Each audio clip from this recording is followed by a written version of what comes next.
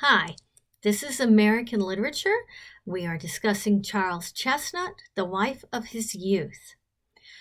This story was published in 1899, so we're really at the very end of the realist period. Technically speaking, we're kind of in the middle of the naturalist period, and this story can also be classified as regionalist or local color.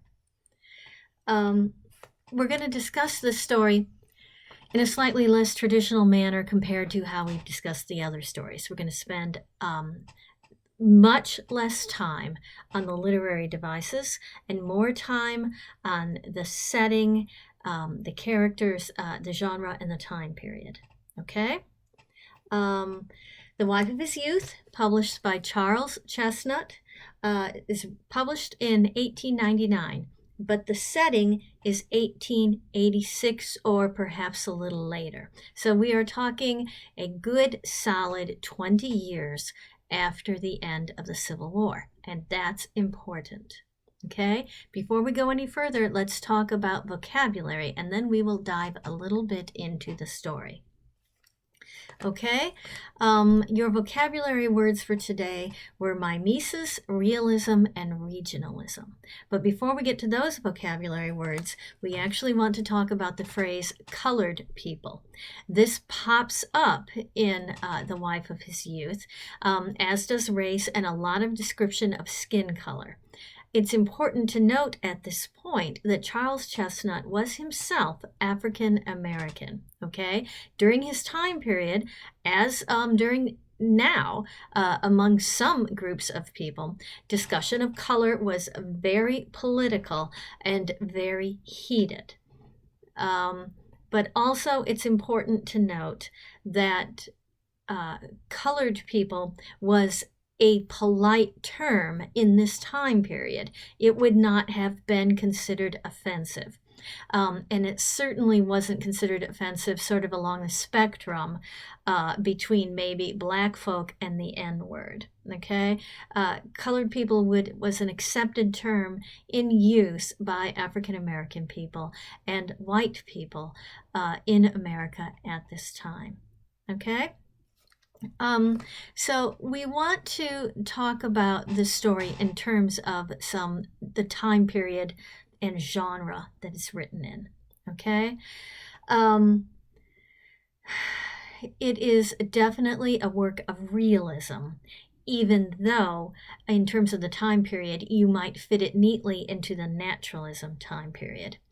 If you look up the definitions of realism that I've given you and the links to those definitions that you might find online, you'll find that the key characteristic of realism is not just reality. It is a depiction of a character in an ethical crisis, okay? And that's the main character in this story, Mr. Ryder. Okay? It's also important to know the definition of mimesis is a representation of the real world in art and literature. While you might not think this is 100% realistic, the author wanted you to think of it as one possible representation of a moral problem in the real world. Remember that Romanticism is very tied up in the idea of supernatural and representations of nature, as well as in representations of a realer reality than Neoclassicism, and a privileging of the individual's viewpoint over societies or gods. Okay?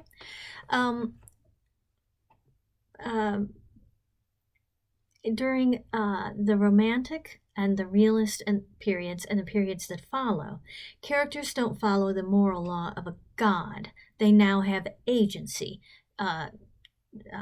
self-determination. They must make their own moral choices. That's significant to the time period and to the genre. You'll see it's also significant to this story. Regionalist and local colorist. Color does not refer to race. It refers to sort of like a kind of charming personality. Okay? Regionalist and local colorist are subcategories of the time period and the genres of realism and naturalism. Okay, they all sort of overlap, and it's completely possible to say that a story is both realist and regionalist or local color, which this story is.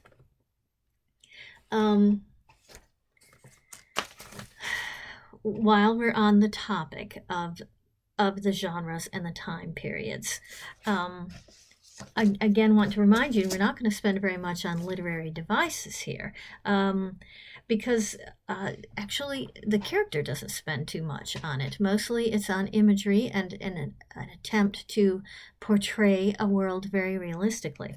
On the very first page, we hear a description of the club he is a member to, which is sort of jokingly referred to as the Blue Vein Society. This is the narrator making a joke about membership in the club. Later, when such critics had succeeded on getting inside, they had been heard to maintain with zeal and earnestness that the society was a lifeboat, an anchor, a bulwark, a shield, a pillar of cloud by day and a fire by night to guide their people through the social wilderness. Well, these are sort of very over-the-top biblical allusions and metaphors. They're extremely unrealistic.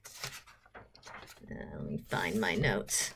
And exaggerated to the point of ridiculousness. And the author Chesnutt does this on purpose because he wants you to note immediately this is not a romantic piece of literature which is going to be filled with nature, with natural imagery. He wants you to understand this is going to be a realist piece of literature. Okay. So I'm going to pause here, and the next video we will actually talk about the story itself.